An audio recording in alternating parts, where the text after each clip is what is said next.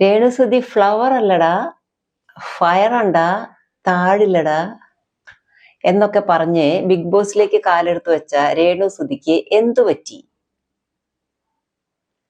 ആ എന്തു പറ്റി എന്നുള്ളതിന്റെ ഉത്തരമാണ് ഇന്ന് ഞാൻ പറയുന്നത്. മോഹൻലാലിന്റെ കാൽ തൊട്ട് വന്നിച്ച് ബിഗ് ബോസിലേക്ക് കയറിപ്പോയ രേണുസുതി മോഹൻലാലിന് കൊടുത്തൊരു വാക്ക് ഞാനായി ഇവിടെ ജീവിക്കുമെന്നാണ്. ഞാനായി ജീവിക്കും. അവിടെ പിന്നെ നമ്മൾ കണ്ടത് ഓരോരുത്തരും ചാഞ്ഞു കിടക്കുന്ന മരത്തിലേക്ക് ഓടിക്കയറാമെന്ന പോലെ എന്തെങ്കിലും ഇഷ്യൂ ഉണ്ടാക്കണം എന്നുള്ള ഒരു രീതിയിലാണ് ബിഗ് ബോസ് അവർക്ക് ഫീൽ ചെയ്തിട്ടുള്ളത്. പരമാവധി ആളുകൾ ആഗ്രഹിക്കുന്നത് നെഗറ്റീവായിട്ടുള്ള ബിഹേവിയർ ആണ്. ബിഗ് ബോസിൽ പരമാവധി അതാണ് അവർ കണ്ടിട്ടുള്ളത്. മറ്റുള്ള കണ്ടസ്റ്റന്റ് ഓൾറെഡി പ്രിപ്പയർ ചെയ്തിട്ടാണ് വന്നിട്ടുള്ളത്. അതുകൊണ്ട് മറ്റുള്ളവരെ താപ്പ് കിട്ടിയവരെയൊക്കെ എന്താ പറയാ ഒന്ന് കയറി ചൊറിയ എന്നുള്ളതാണ് ബിഗ് ബോസിലുള്ള പലരും സ്വീകരിച്ച നടപടികൾ. അതിന്റെ ഭാഗമായിട്ടായിരിക്കണം ബോഡി ഷേമിങ്, അതായത് നിന്റെ മുഖം കണ്ടു കഴിഞ്ഞാൽ വെച്ചാൽ ആട്ടാൻ തോന്നുന്നു എന്ന് ഒരാൾ പറയുന്നു. അങ്ങനെ ആട്ടുന്നു, രേണുസുതി തിരിച്ചാട്ടുന്നു. അപ്പോൾ അവളുടെ കോളനി സ്വഭാവമാണ് അവിടെ കാണിക്കുന്നതെന്ന് അപ്പോഴേക്കും സോഷ്യൽ മീഡിയയിൽ കമന്റ്സ് വരുന്നു. അതേപോലെ തന്നെ രേണുസുതിയുടെ മുഖം കാണുമ്പോൾ ഒരയ്ക്കാൻ തോന്നുന്നു. പിന്നെ അതേപോലെ തന്നെ രേണുസുതിയുടെ സെപ്റ്റിക് ടാങ്ക് എന്ന് വിളിക്കുന്നു.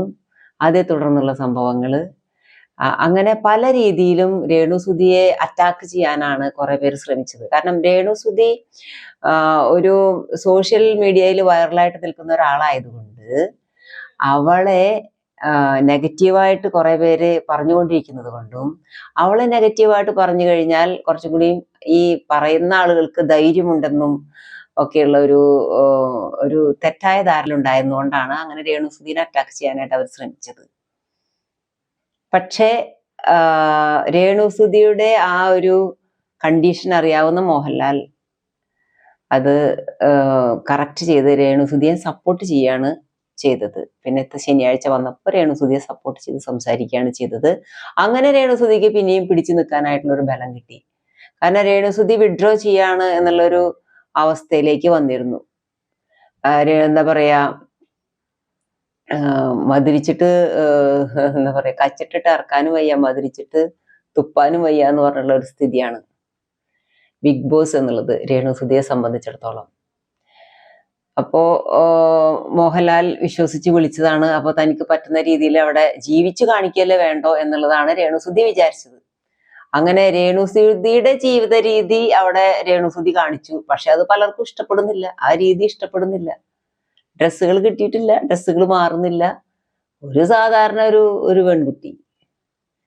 അപ്പോൾ പല യൂട്യൂബേഴ്സും ഈ രേണുസുതി എന്ന് പറഞ്ഞാൽ വളരെയധികം മറ്റുള്ളവരെ ആക്രമിക്കുന്ന സ്വഭാവമുള്ള ഒരാളാണ് എന്നൊക്കെ വരുത്തി തീർത്തിരുന്നു. അതായത് ഒരു എക്സാമ്പിൾ, നമ്മൾക്ക് വീട് പണിതീർത്ത് കൊടുത്ത ആളോട് ഇങ്ങനെ പറഞ്ഞു, വാടക ചോദിച്ച ആളോട് അങ്ങനെ പറഞ്ഞു.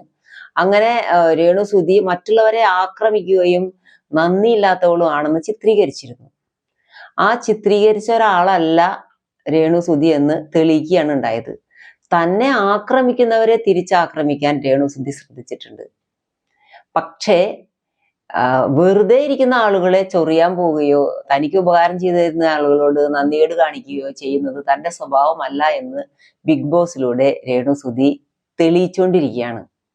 തനിക്ക് അങ്ങനെ ഈ ബിഗ് ബോസിന്റെ കപ്പ് കിട്ടാൻ വേണ്ടിയിട്ട് ഒട്ടും അഭിനയിക്കുന്നില്ല രേണുസുതി. കാരണം അങ്ങനെ അഭിനയിക്കാനായിട്ട് ആൾക്ക് സാധിക്കില്ല.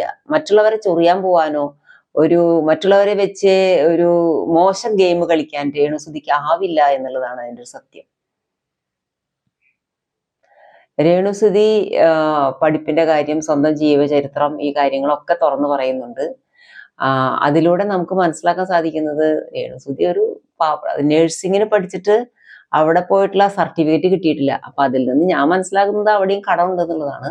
അവിടെ അടയ്ക്കാനായിട്ട് ഏതെങ്കിലും ഒരു ഫീസോ എന്തെങ്കിലും ഉണ്ടായിരിക്കും, അല്ലെങ്കിൽ ഒരു പൈസയോ എന്തെങ്കിലും ഉണ്ടായിരിക്കും. ലാസ്റ്റ് ഒരു പൈസ എന്തെങ്കിലും ഒക്കെ ഉണ്ടാവാം. സർട്ടിഫിക്കറ്റ് കിട്ടണമെങ്കിൽ അവർ ചെറിയൊരു എമൗണ്ട് അവിടെ കൊടുക്കാൻ പറഞ്ഞിട്ടുണ്ടാവും. അപ്പൊ അത് കൊടുക്കാനില്ലാത്തത് കൊണ്ട് ആ സർട്ടിഫിക്കറ്റ് പോലും വാങ്ങിക്കാൻ സാധിക്കാത്ത ഗതികേടുള്ള ഒരു കുട്ടിയാണ് അത്. അപ്പൊ ഈ കുട്ടീനെയാണ് കളിയാക്കിക്കൊണ്ടിരിക്കുന്നത്. അങ്ങനെ രേണുസുതിനെ ദൈവം സൃഷ്ടിച്ച പോലെയാണ് രേണുസുതി ജീവിച്ചുകൊണ്ടിരിക്കുന്നത്. അല്ലാതെ മറ്റുള്ളവരെ പോലെ വലിയൊരു എന്താ പറയാ, ചില ആളുകള് ദൈവം പലതരത്തിൽ സൃഷ്ടിക്കും. അതായത് ഡിഫറൻ്റ്ലി ഏബിൾഡ് എന്ന് പറയും. ഓരോരുത്തർക്കും ഓരോ കഴിവാണ്. ഒരു കഴിവുള്ള ആളാണ് ഏറ്റവും ബുദ്ധി കൂർമ്മതയോടെ കാര്യങ്ങൾ ഓർമ്മിച്ചു വെക്കുന്ന ഒരാളാണ് ഏറ്റവും വലിയൊരാൾ എന്നൊന്നും ശരിക്കും പറയുകയാണെങ്കിൽ ഇല്ല. നമുക്ക് തോമസ് ആൽവ എഡിസന്റെ കാര്യത്തിലാണെങ്കിലോ, ഐൻസ്റ്റീന്റെ കാര്യത്തിലാണെങ്കിലോ, അബ്രാഹം ലിങ്കന്റെ കാര്യത്തിലാണെങ്കിലോ ഒക്കെ നമുക്കത് മനസ്സിലാക്കാൻ സാധിക്കും. വലിയ വലിയ പ്രതിഭകൾ എന്ന് പറഞ്ഞാൽ നമ്മൾ ഉദ്ദേശിക്കുന്ന ആ ലെവലുള്ള ആളുകളൊന്നും ആവണമെന്നില്ല. ഏറ്റവും പ്രധാനമായത് അവരവരെ ഏത് ദൗത്യത്തിന് വേണ്ടി സൃഷ്ടിക്കപ്പെടുന്നുവോ അത് തിരിച്ചറിഞ്ഞ് അതിലേക്ക് ചാടുക എന്നുള്ളതാണ്. എത്ര നിസ്സാരമായാലും ചെറിയതായാലും അതാണ് നമ്മളെ സൃഷ്ടിച്ചിട്ടുള്ള ആ സൃഷ്ടിയുടെ ഉദ്ദേശം. അത് രേണുസുതി വളരെ ഭംഗിയായിട്ട് ആത്മാർത്ഥമായിട്ട് തനിക്ക് എന്ത് കഴിയും അല്ലെങ്കിൽ തനിക്ക് എന്ത് കഴിയില്ല എന്നുള്ളതൊക്കെ നടത്താനുള്ള ഒരു പരീക്ഷണമായിട്ടാണ് തൻ്റെ ജീവിതം ഉപയോഗിക്കുന്നത്. തനിക്ക് എല്ലാ കാര്യങ്ങളും നടത്താൻ പറ്റും എന്നുള്ളത് കൊണ്ടല്ല രേണു ഒരു ഫയർ ആണെന്ന് പറഞ്ഞത്. പക്ഷെ രേണു ഒരു ഫയർ ആണ്. രേണുവിന് ചെയ്യാൻ പറ്റുന്ന ചില കാര്യങ്ങളുണ്ട്, അത് ഭംഗിയായി ചെയ്ത് കാണിക്കുക തന്നെ ചെയ്യും. ബിഗ് ബോസിൽ അല്ലെങ്കിൽ ബിഗ് ബോസിൽ നിന്ന് പുറത്തായാലും രേണുസുതിക്ക് ആവുന്ന വണ്ണം പിടിച്ചു നിൽക്കാനായിട്ട് ശ്രമിക്കും. രേണുസുതിയുടെ മനസ്സിനെ തളർത്താനായിട്ട് രേണുസുതി അനുവദിക്കില്ല. അതിലും ഭേദം ആ കാര്യങ്ങൾ വേണ്ടാന്ന് വെക്കുള്ളൂ.